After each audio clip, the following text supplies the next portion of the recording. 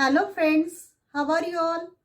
Myself Dr. Veena Sakardande here with new topic today from nursing education. So let us start with today's topic.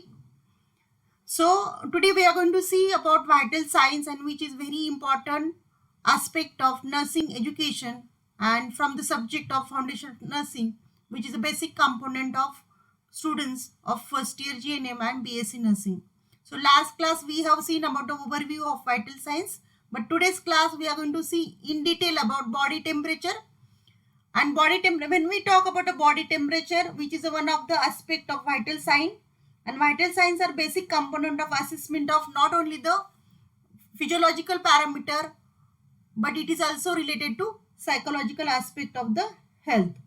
Body temperature like pulse and respiration and blood pressure, which are vital parameters of human body, which will help us to diagnose and treat the patient accordingly and to identify the problem of the patient and provide care according to their abnormalities of the vital parameters.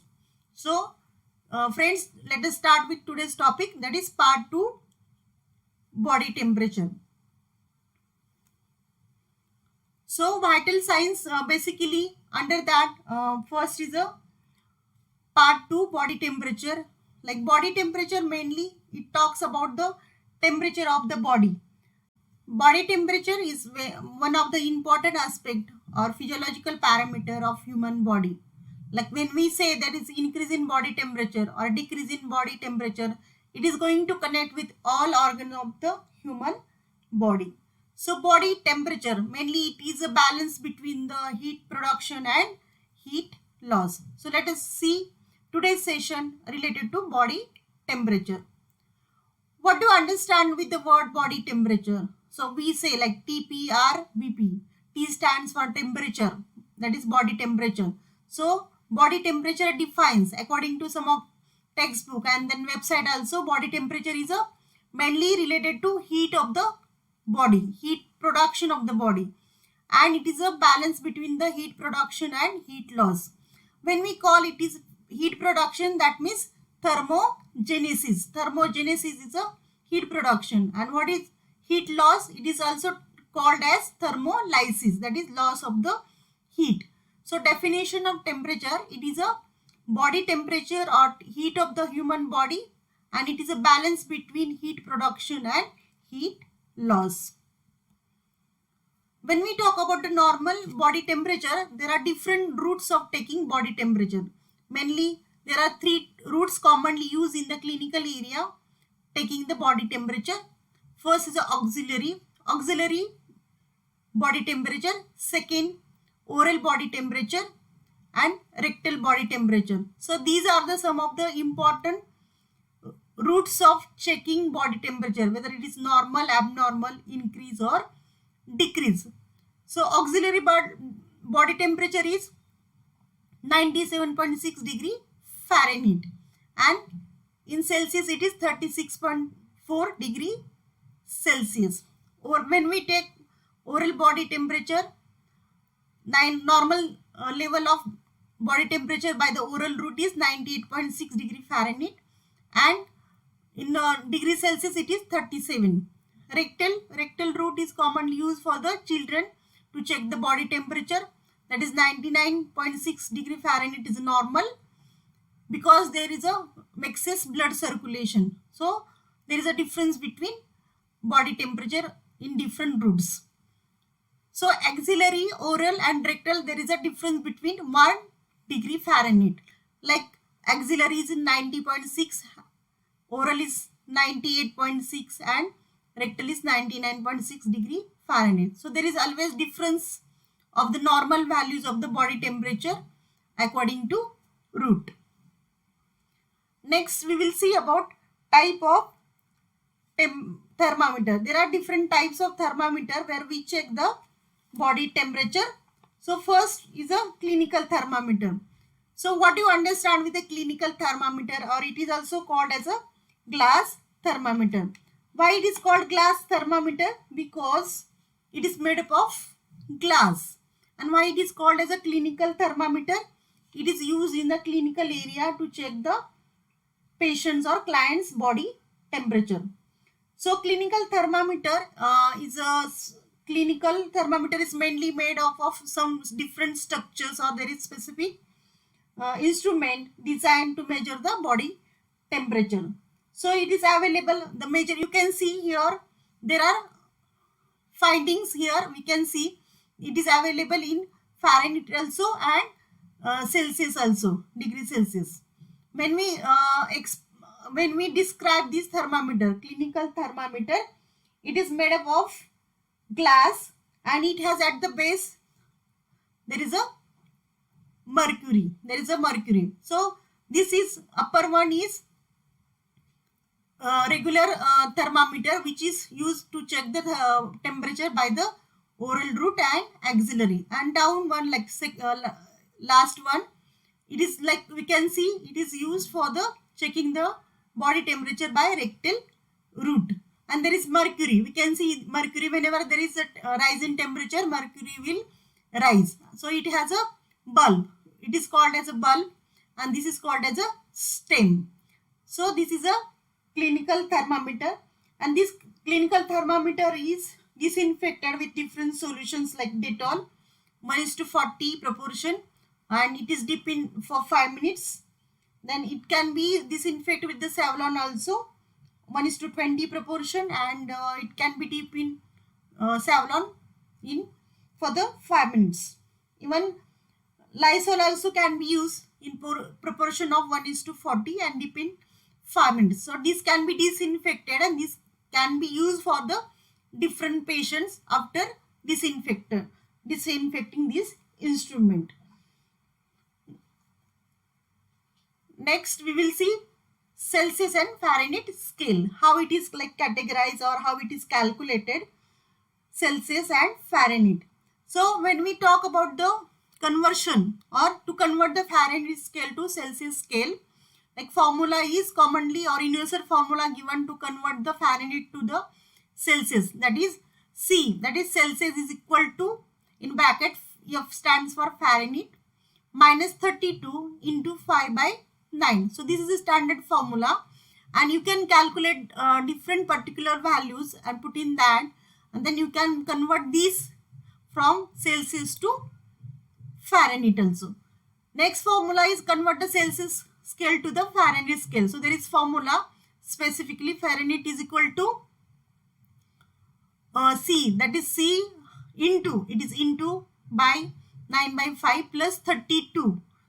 So it is, example is given, so it is converted like patient is having body temperature of 37 degree Fahrenheit. So after the calculation it becomes 98.6 degree Fahrenheit, and uppermost conversion of Fahrenheit to the scale, it is 40 degree Celsius. So this is a standardized formula you can utilize or you can use in the clinical area whenever you are posted to convert the Celsius and Fahrenheit according to their standard formulas.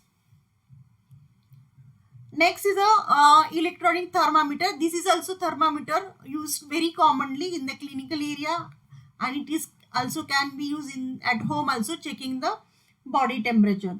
So this electronic thermometer has many types of electronic thermometer. They have different characteristics, we can say, and it is like many times it is a power based or battery based thermometer, and this can be described like this, will be available in different color, different shapes. At the bottom there is a mercury, you can see, and then at the center you can see the reading we can read the temperature. So this is a electronic thermometer, can be used commonly in the clinical area. This is something like tympanic membrane thermometer, specifically used thermometer for checking the temperature at the tympanic membrane. So it is not commonly used, but above electronic and these clinical thermometers are commonly used in the clinical area. So here we have seen about 3 types of thermometers. Clinical thermometer, it is also called as a glass thermometer, then electronic thermometer and tympanic membrane thermometer. There are so many types of thermometer available in the clinical area, but not commonly used. So, but these are the way commonly used in the our clinical area. Okay, next we will see about the variation in the body temperature. Why there will be a variation of body temperature and whether it is normal as per different characteristics, and why we have to study this normal variation of the body temperature when we talk about the body temperature. First is time of the day. Why time of the day is important? So when we talk about the time of the day, about the body temperature, in the morning there will be a less body temperature, and when there is a sunrise or when there is afternoon and evening time, body temperature is increased, but it is a normal variation. It comes under normal variation. Time of the day, time of the month, like for example, simple example, during menstruation or a pregnancy period, there will be a variation of body temperature. So body temperature will be fall during the menstruation, or sometime it is excess during the time of ANC, antenatal period. So there is a variation of month. Age of the person, like we can say the young people or young adults are having more temperature as compared to elderly or as compared to old people. Next is a variation of part of the body. Part of the body, that means temperature is taken by different routes. Already we have seen there is a difference of 1 degree Fahrenheit in different route. So whenever we choose the route of taking body temperature, we need to compare with the normal value according to route. Like there is a auxiliary body temperature is 97.6 degree Fahrenheit. When we take the oral body temperature, it is 98.6 degree Fahrenheit, and rectally it is 99.6 degree Fahrenheit. So there is a difference between 1 degree Fahrenheit. So we have to understand the route when we take the body temperature and compare with the normal body temperature according to route. Next is the emotions. Emotion, that means emotion body temperature may vary, or there is a variation during different emotion. There may be increase in body temperature, maybe during some emotions like hyper emotion, anxiety, there is increased body temperature, or when a person is depressed, nervous, there may be less body temperature. Next is the exercise. Exercises, that means heavy exercises, always there is more activities, there is increase in BMR, basal metabolic rate, BMR is increased during the exercises, and normally there is increase in body temperature. When we talk about a rest and sleep, so there will be a less, as compared to exercise, there will be less body temperature. Second is fasting, like person is fasting and then there is a no intake of any water, no intake of food, so there is decrease in BMR and there will be low body temperature. Next one and last one is environmental factors. Why environmental factor we have to consider in body temperature? Like if you compare with the winter and summer, definitely there will be a variation of body temperature, like winter and summer.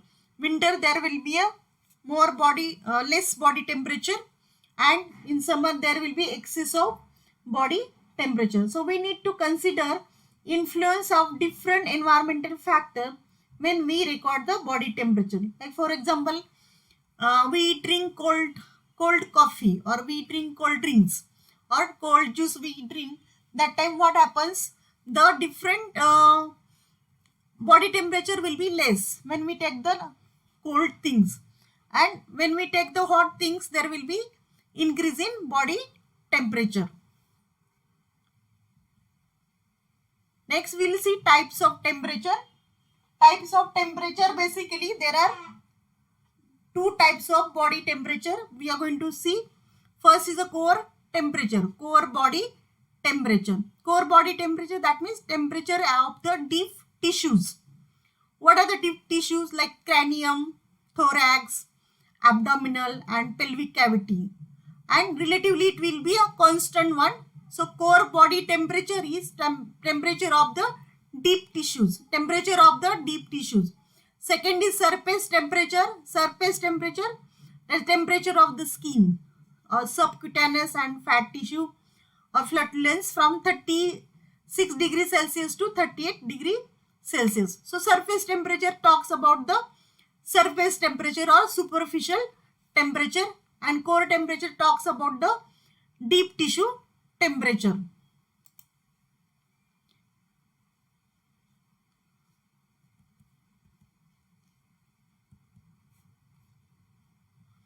Next is a mechanism of temperature. Mechanism of temperature regulation.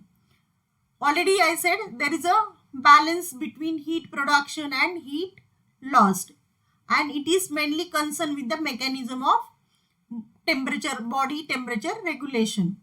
So thermogenesis. What is thermogenesis? Thermogenesis is heat production, and there will be different methods or different categories of heat production. Thermolysis is heat loss, and there will be different routes or different ways of heat loss. So we'll see in detail what is thermogenesis and thermolysis.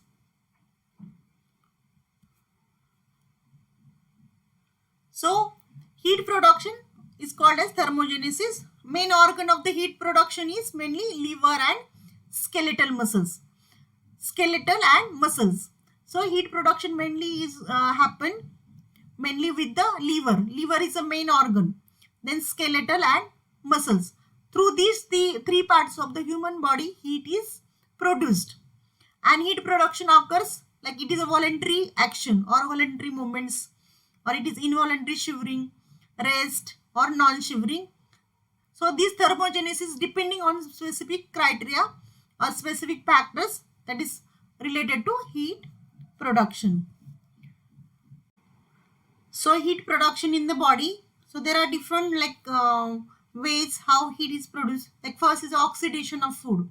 Oxidation of food, that means the breaking down the food and forming into energy form. So oxidation of food in the digestive system, which is one of the factor for the heat production. Exercise. Already we have seen exercise, like excess exercise, body movements will increase the activity and will increase the BMR, basal metabolic rate.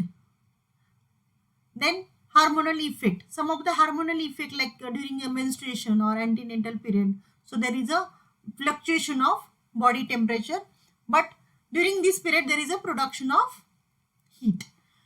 Next is the dynamic action of the food. Some foods are having dynamic action, like for example spices or hot food, which like you are taking the hot food or hot coffee, tea or spices, which is increasing the heat production. Then strong emotions. Strong emotions also increases the heat production. Changes in the environmental and atmospheric conditions, like for example when there is a summer, there is a production of heat, well, like you are exposure to the some heat. So changes in the environmental factors also leading to heat production. Disease condition. Some disease condition mainly like hormonal disorders like hypothyroidism, diabetes mellitus, which are also leading to heat production. Next is the regulation of body temperature. Mainly regulation of body temperature. There will be three controls under the regulation of body temperature. First is neural control, second vascular control, and behavioral control. How it is regulating the body temperature? Basically, neural control, that means nervous, neurological system. Like hypothalamus, we can see the hypothalamus which is present in the brain, which controls the or regulate the body temperature. Second, vascular control. Vascular control, that means the blood circulation, heart, circulatory system, that blood flows all over the body and it depends on the vascular control, the maintenance of the body temperature. Behavioral control also, like exposure to environment, emotions, psychological status, disease condition. So behavioral control. So these are the three main important control which regulates the body temperature. So let us see the temperature regulation like physiological temperature regulation in the human body. So how it happens? So the hypothalamus which is present in the brain and which has a main role of controlling the body temperature. Not only the body temperature but the regulation of body temperature. Then something called as the thermostat works. Thermostat means regulation, maintaining the balance of the body temperature. Then anterior hypothalamus controls the heat loss. Who controls the heat loss? Anterior hypothalamus, which is again helping for the heat loss or helping to control the heat loss via sweating, vasodilation, inhibit of heat production. So how balance is maintained? Via sweating. Heat production is there. So there is a control of heat production and heat loss also. And sweat, how it is heat loss is controlled by sweating, vasodilation, dilation of the vessels and inhibition of heat production. The next is a posterior hypothalamus control, heat production. Posterior hypothalamus what does? It controls the heat production. So hypothalamus has both the function, heat production and heat loss also via muscular shivering and heat conservation, which is a function of posterior hypothalamus and which regulates the heat production by vasoconstriction of the surface blood vessels. So this is the mechanism of regulation of body temperature via hypothalamus and how it regulates heat production and heat loss. Next is the heat loss. We'll see about heat loss. Heat loss through the body or some physical mode. Like we can see there is a heat loss. As there is a production of heat is normal. Same way to maintain the balance there is a heat loss is also important. So how heat loss happens in the human body? Like for example, if you see 70% heat is lost through the skin. That means the surface area of the human body. 70% heat is lost by skin or maybe like during the perspiration, sweating. So there are different methods of heat loss in the human body and mainly it is a perspiration and sweating. Then next is the respiration. Through respiration, that means lung. We take inhale and exhale. During the exhalation, there is a loss of heat. So that is 29%. And elimination that is bowel and bladder elimination. So only 1% heat is lost through this elimination. So it is 100%. So how heat is lost? Through skin 70%, through respiration 29% and elimination through like bladder, urine and feces 1%. Next thing is something called as how heat is lost through the skin. So there are 4 techniques or 4 methods or 4 ways the heat is lost through the skin. So first is a radiation, conduction, convection and evaporation. These are the 4 methods where the heat loss is seen. So we'll see one by one. Radiation. Radiation is what is radiation? Radiation is a transfer of heat from one object to another without direct contact by electromagnetic waves. For example, like heat is radiating from the skin and it is transferred to some other product. Like for example, I catch some glass. Glass is made up of like glass is with the hot juice. Glass is with the cold juice. So heat is radiating. Heat is transferred from hand, that is from my skin to the glass which contain the cold drink or cold coffee. Okay, this is an example of radiation. So one more example of radiation, like if I catch the ice in my hand or something in my hand which is cold, which is helping to transmit or radiate the heat from the skin to different surrounding object. Okay, so this is a radiation. Next is a continuation with this. This can be like radiation can be transmitted through the surface area. surface area. Already I said, increase the radiation to the surface area, that is heat loss. And there will be a vasodilation. There will be a vasodilation where the heat is lost. Next is the conduction. Conduction, what is conduction? Conduction is a transfer of heat from one object to another with direct contact. With direct contact. How it lost? Direct contact heat is lost. Like you touch to the liquid directly, to the liquid. Dip your hand in the cold water.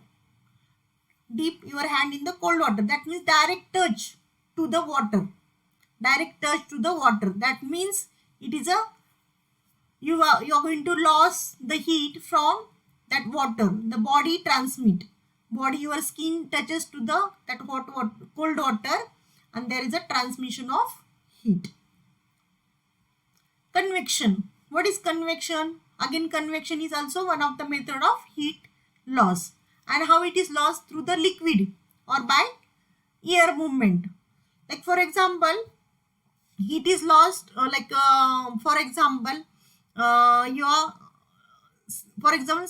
simple example, swimming in the water, which is one of the best example of convection, where you are going to lose the heat or lose the heat. Or for example, one temperature from, like you are in the one room where the temperature is like 35 degree Celsius, and when you go to the different area where the temperature is, environmental temperature is 25 degree Celsius, so there is a loss of heat through the air. Okay, so this is a convection, example of convection. Next is evaporation. Very simple. Evaporation mainly it is from the heat energy to the liquid, or maybe continuously loss of heat by the evaporation from the body. So these are the 4 roots of heat loss. So through the skin. So heat is lost through the skin by radiation, conduction, convection and evaporation. Radiation, conduction, convection and evaporation. Then let us see how heat is lost through the lung. So with the skin it is lost 70%, and through the lung, through the respiratory system, it is a 29%. So how it is lost through the lung? Like when we take the oxygen, or then we exhale the carbon dioxide. So this process is an ongoing process. Inhalation, exhalation, it is an ongoing process. And when we exhale, the heat is lost. When we take the air inside, so temperature of that air is less as compared to body temperature. Or exhalation, the air exhalation or carbon dioxide is exhaled, there will be a more temperature. So heat is lost through the exhalation. And then when you inhale, the heat is absorbed in the lung tissue, and then when you exhale, it is lost through the respiration. And it is also lost, like it is said that approximately 300 ml of water is also vaporized from the lungs daily. So whenever you are exhaling, that time also vapors from the lungs are also lost. So this is mainly happens during the exhalation, loss of heat through the lungs. Elimination, bowel and bladder. It is bowel and bladder. The 1% heat is lost through the bowel and bladder, that is through urine and through feces. Elimination. So elimination through kidney, like through the urine, already I said, through the urine and through bowel, heat is lost, and it is one of the method of heat loss. So this was about today's session, that is about the body temperature, definition of body temperature, types of temperature, different thermometer used to check the body temperature, and how heat is lost, how heat is produced, mechanism of regulation of body temperature, and how radiation, conduction, convection, evaporation works out. So today was the class for only body temperature, and next class we will see about abnormalities of the body temperature. So we'll stop here. So thank you for patience listening and watching the video. See you in next session. Friends, hope you understood today's topic. Please make sure to like, share, subscribe and comment down below. Do not forget to click on the bell icon so you will get all updates related to my sessions on nursing education. Thank you. Take care. See you in next session.